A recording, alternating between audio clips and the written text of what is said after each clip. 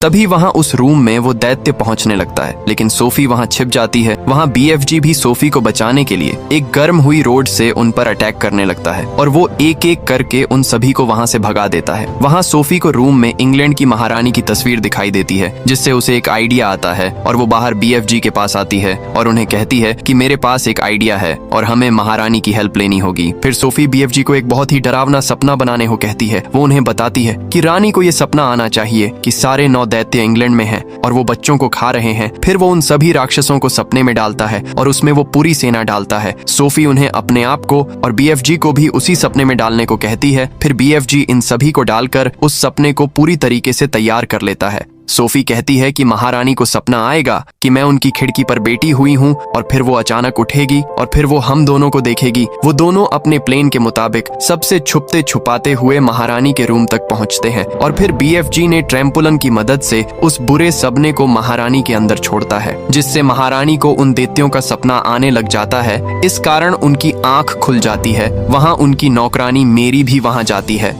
महारानी उसे बताती है कि मैंने सपना देखा कि आदमखोर मांस खाने वाले दैत्य बच्चों को उनके रूम से बाहर निकाल कर खा रहे हैं। तभी मेरी न्यूज़पेपर में देखती है कि शहर से बच्चे गायब हो रहे हैं, जिससे वो काफी हैरान रह जाती है और वो महारानी को इसके बारे में बताती है, जिससे महारानी को याद आता है कि उन्होंने सपने में एक लड़की को खिड़की पर देखा था और वो मेरी को पर्दे खोलने को कहती है तो मेरी एकदम से डर जाती है, क्योंकि वहाँ सोफी खड़ी हुई होती है। महारानी को विश्वास नहीं होता और वो कहती है कि मैंने ये भी सपने में देखा था। और फिर वो सोफी से कहती है कि आपको यहाँ एक दैत्य लेकर आया है। तो सोफी उन्हें कहती है कि वो मेरे बेस्ट फ्रेंड है और उन्होंने ही ये सपना बनाया था। तो महारानी उसे पूछती है कि आप और आपके दोस्त यहाँ क्यों आए। सोफी कहती है कि आपको याद होगा क्योंकि आपने सपने में देखा होगा। तो महारानी कहती है कि हाँ, मुझे आपका प्लेन याद है। और फिर महारानी BFG को बुलाने को कहती है। तो सोफी कहती है कि आप पहले वादा कीजिए कि आप उन्हें चोट नहीं पहुंचाएंगी। तो महारानी कहती है कि हम वादा करते हैं। फिर सोफी BFG को आवाज देकर बाहर बुलाती है, लेकिन पहले तो BFG काफी डर रहे थे, लेकिन वो फिर हिम्मत करके बाहर आ जाते हैं। सैनिक भी उन पर हमला करने के लिए गन पॉइंट कर देते हैं। तो सोफी महारानी को कहती है